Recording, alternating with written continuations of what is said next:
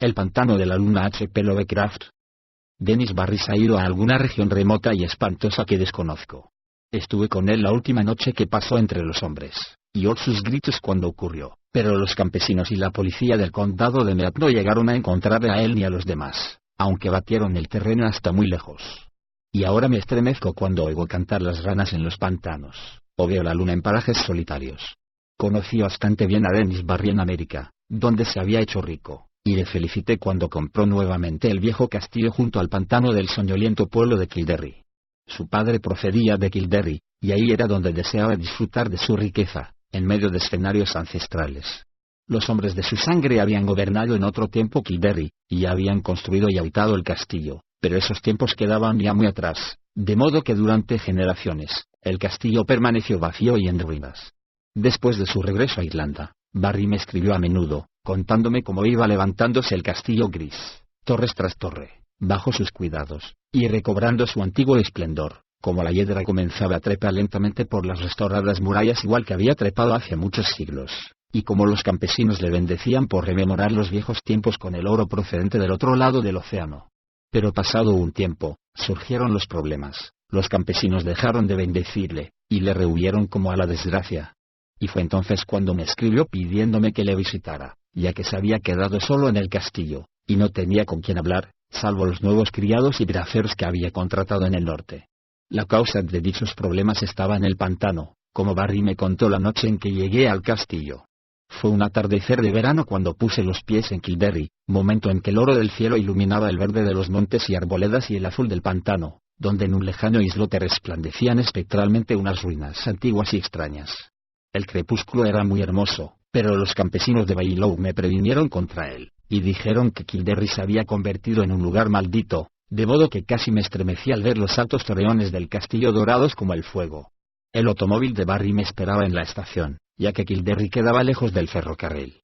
Los lugareños se habían apartado del coche y de su conductor, que era un hombre del norte, pero hablaron conmigo en voz baja y con cara pálida cuando vieron que iba a ir a Kildare.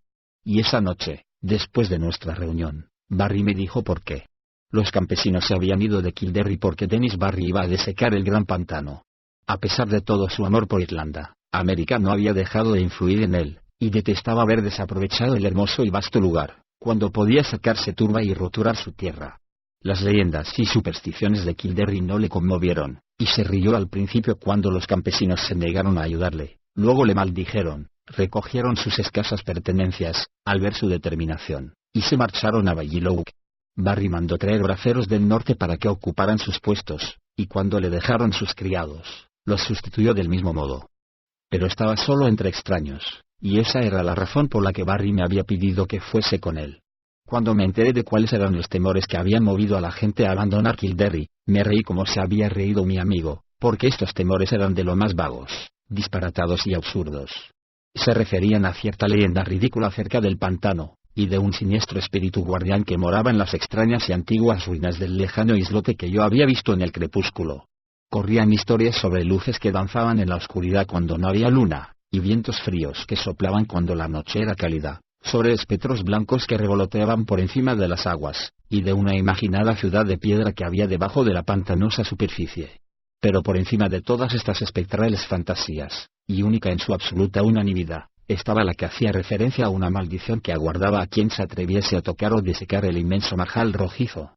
Había secretos, decían los campesinos, que no debían desvelarse, secretos que permanecían ocultos desde aquella peste que sobrevino a los niños de Partolan, en los fabulosos tiempos anteriores a la historia. En el libro de los invasores se cuenta que estos hijos de los griegos fueron enterrados todos en Tallaght, pero los ancianos de Kildare decían que una ciudad fue salvada por su patrona la diosa Luna, de suerte que los montes boscosos la ocultaron cuando las hordas de Nemer llegaron a Skytia en sus 30 barcos. Esas eran las fantásticas historias que habían impulsado a los lugareños a abandonar Kildare, y al oírlas, no me extrañó que Dennis Barry se hubiese negado a escucharlas. No obstante, él sentía un enorme interés por las antigüedades, y propuso que explorásemos enteramente el pantano tan pronto como lo hubiesen desecado. Había visitado con frecuencia las blancas ruinas del islote, pero si bien era evidente que su antigüedad era muy remota y su trazado muy distinto de los de la mayoría de las ruinas irlandesas, estaba demasiado avanzado su deterioro para poder dar una idea de sus tiempos de esplendor. Ahora, El trabajo de desecación estaba a punto de empezar, y los braceros del norte estaban dispuestos a despojar al pantano prohibido de su musgo verde y de su brezal rojizo, y a matar los minúsculos arroyuelos y las plácidas charcas azules bordeadas de juncos. Me sentía ya muy soñoliento cuando Barry terminó de contarme estas cosas. Los viajes del día habían sido agotadores, y mi anfitrión estuvo hablando hasta bien avanzada la noche. Un criado me condujo a mi aposento, situado en una torre apartada que dominaba el pueblo, la llanura que se extiende al borde del pantano, y el pantano mismo, así que desde mi ventana podía contemplar, a la luz de la luna, los mudos tejados de los que habían ido los campesinos, y que ahora cobijaban a los braceros del norte, y también la iglesia parroquial con su antiguo campanario, y allá lejos, en medio de las aguas melancólicas, las ruinas antiguas y remotas del islote brillando blancas y espectrales. Justo cuando me tumbé en la cama para dormir, me pareció oír débiles sonidos a lo lejos, sonidos frenéticos, semimusicales, que provocaron en mí extrañas agitaciones que tiñeron mis sueños. Sin embargo, al despertar a la mañana siguiente, comprendí que no había sido más que un sueño, ya que mis visiones fueron mucho más prodigiosas que el frenético sonido de flautas de la noche.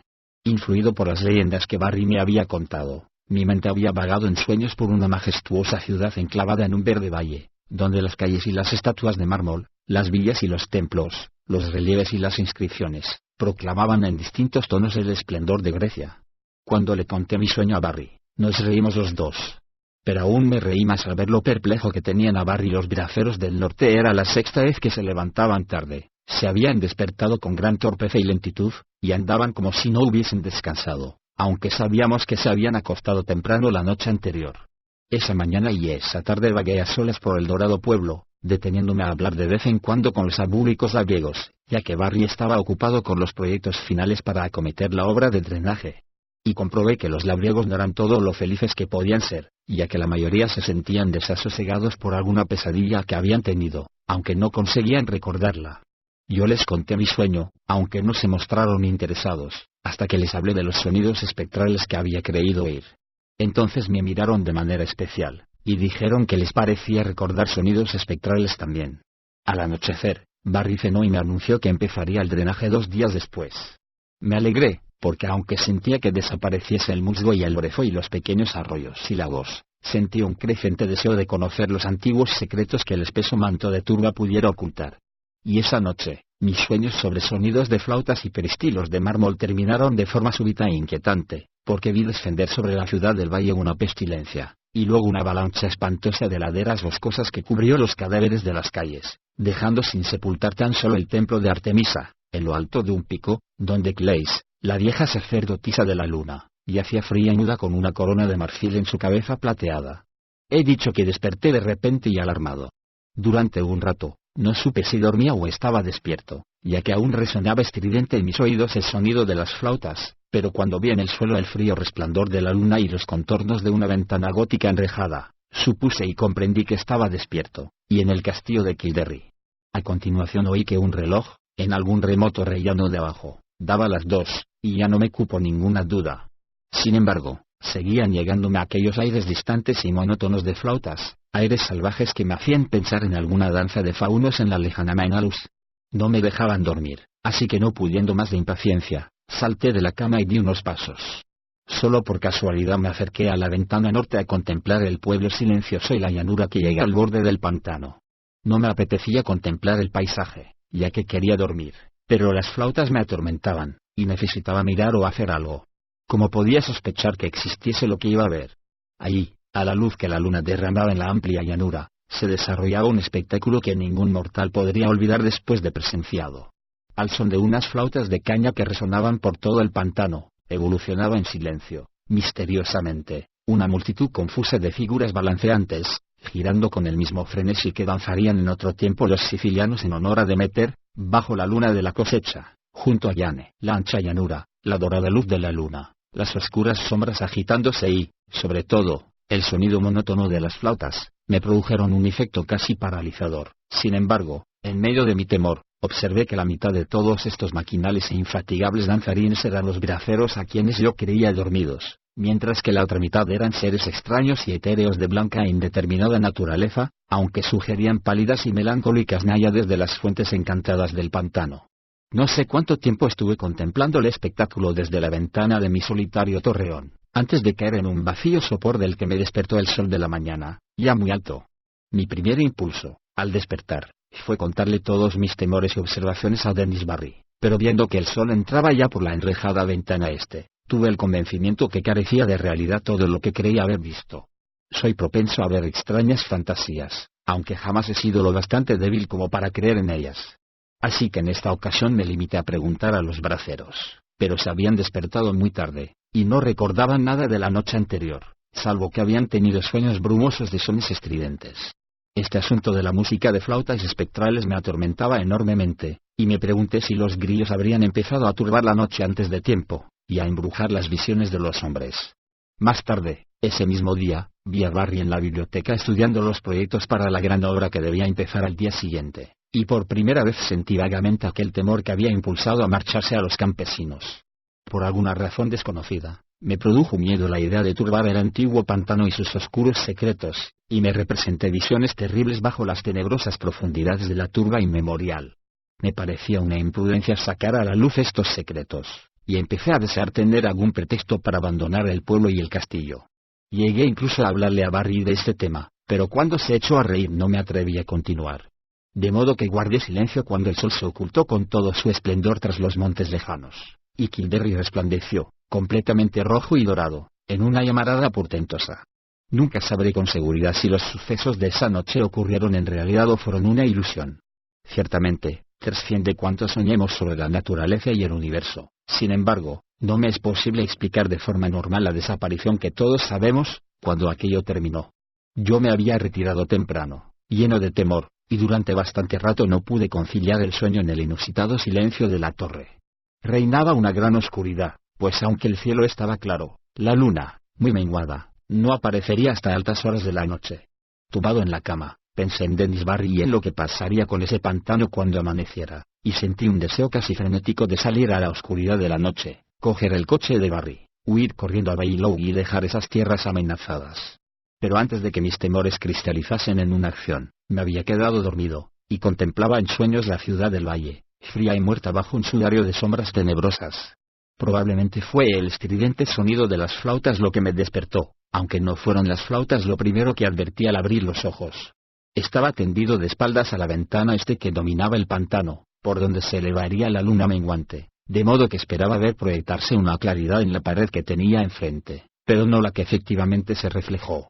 Un resplandor incidió en los cristales de enfrente, aunque no era el resplandor de la luna. Fue un haz rojizo, penetrante, terrible, el que penetró por la gótica ventana, e inundó toda la cámara de un esplendor intenso y ultraterreno. Mi inmediata reacción fue extraña en semejante momento, pero solo en la ficción se comporta el hombre de manera dramática y previsible. En vez de asomarme al pantano para averiguar cuál era la fuente de esta nueva luz, mantuve apartados los ojos de la ventana, completamente dominado por el pánico, y me vestí atropelladamente con la vaga idea de escapar. Recuerdo que cogí el revólver y el sombrero, pero antes de que todo terminase había perdido el uno sin haberlo disparado, y el otro sin habérmelo puesto.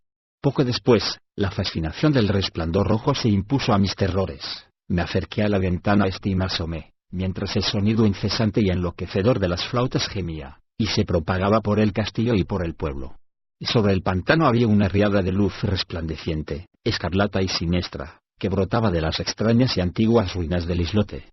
No me es posible describir el aspecto de dichas ruinas, debí de volverme loco, porque me pareció que se levantaban incólumes, majestuosas, rodeadas de columnas, con todo su esplendor, y el mármol de su entablamento reflejaba las llamas y traspasaba el cielo como la cúspide de un templo en la cima de una montaña. Sonaron las flautas estridentes, y comenzó un batir de tambores, y mientras observaba aterrado, me pareció distinguir oscuras formas saltando, grotescamente recortadas contra un fondo de resplandores y de mármoles. El efecto era tremendo, absolutamente inconcebible, y ahí habría seguido, contemplando indefinidamente el espectáculo, de no haber sido porque la música de las flautas, a mi izquierda, aumentaba cada vez más. Presa de un terror no exento de un extraño sentimiento de éxtasis, crucé la habitación circular y me asomé a la ventana norte, desde la que podía verse el pueblo y la llanura inmediata al pantano. Allí mis ojos se volvieron a dilatar ante un prodigio insensato, como si no acabase de apartarme de una visión que superaba la pálida naturaleza, pues en la llanura espectralmente iluminada por el resplandor rojizo desfilaba una procesión de seres cuyas figuras no había visto más que en las pesadillas. Medio deslizándose, medio flotando en el aire, los blancos espectros del pantano se retiraban lentamente hacia las quietas aguas y las ruinas de la isla en fantásticas formaciones que sugerían alguna antigua y solemne danza ceremonial. Sus brazos balanceantes y traslúcidos, guiados por los sones detestables de las flautas invisibles, llamaban con ritmo misterioso a una multitud de campesinos que oscilaban y les seguían dócilmente con paso ciego, insensatos y pesados, como arrastrados por una voluntad demoníaca, torpe aunque irresistible. Cuando las náyades llegaron al pantano, sin alterar su dirección, una nueva fila de rezagados tan valientes como borrachos, salió del castillo por alguna puerta al pie de mi ventana, cruzó a ciegas el patio y la parte del pueblo que se interponía, y se unió a la serpeante columna de labriegos que andaban ya por la llanura. A pesar de la altura que me separaba, enseguida me di cuenta de que eran los criados traídos del norte, ya que reconocí la fea y voluminosa figura de la cocinera, cuya misma absurdidad resultaba ahora indeciblemente trágica. Las flautas sonaban de manera espantosa, y otra vez oía el batir de los tambores en las ruinas de la isla.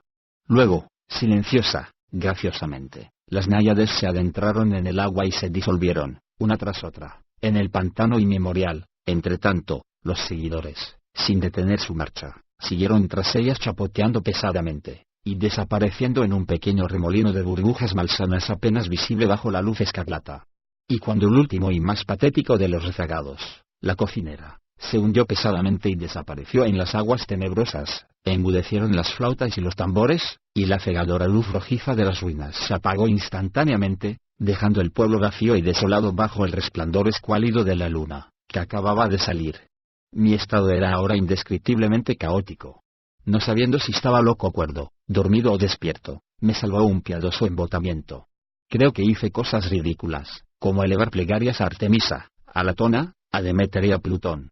Todo cuanto recordaba de los estudios clásicos de mi juventud me vino a los labios, mientras el horror de la situación despertaba mis más hondas supersticiones. Me daba cuenta de que acababa de presenciar la muerte de todo un pueblo, y sabía que me había quedado solo en el castillo con Dennis Barry, cuya temeridad había acarreado este destino. Y al pensar en él, me embargaron nuevos terrores y me desplomé al suelo. Aunque no perdí el conocimiento, me sentí físicamente imposibilitado.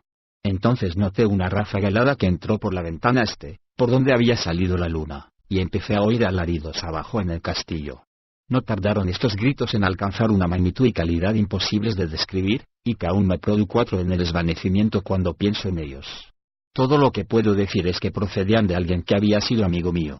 En determinado momento de esos instantes espantosos, el viento frío y los alaridos me hicieron reaccionar, porque lo que recuerdo a continuación es que corría por las negras estancias y corredores, cruzaba el patio y salía a la oscuridad de la noche. Me encontraron al amanecer, vagando insensatamente cerca de Valley Lough, pero lo que a mí me trastornó completamente no fue ninguno de los horrores que había visto y oído. De lo que hablaba, cuando salí lentamente de las sombras de la inconsciencia, era de un par de fantásticos incidentes que ocurrieron en mi huida, incidentes que carecen de importancia, aunque me obsesionan incesantemente cuando estoy a solas en lugares pantanosos a la luz de la luna. Mientras huía de aquel castillo maldito, bordeando el pantano, oí un alboroto corriente, aunque distinto a cuanto había oído en Kildare. Las aguas estancadas, hasta entonces desprovistas por completo de vida animal, hervían ahora de ranas enormes y viscosas que cantaban sin cesar en unos tonos que no guardaban relación con su tamaño. Brillaban, hinchadas y verdes, a la luz de la luna, y parecían mirar fijamente hacia la fuente del resplandor. Seguí la mirada de una de ellas, muy gorda y fea, y vi la segunda de las cosas que me hizo perder la razón. Extendiéndose directamente de las extrañas y antiguas ruinas del islote lejano a la luna menguante, percibí un rayo de débil y temblorosa luz que no se reflejaba en las aguas del pantano. Y ascendiendo por el pálido sendero, mi enfebrecida imaginación se representó una sombra delgada que iba disminuyendo lentamente, una sombra vaga que se contorsionaba y debatía como si fuese arrastrada por demonios invisibles. En mi locura, vi en esa sombra espantosa un momentáneo parecido como una caricatura increíble y repugnante, una imagen blasfema del que había sido Dennis Barry.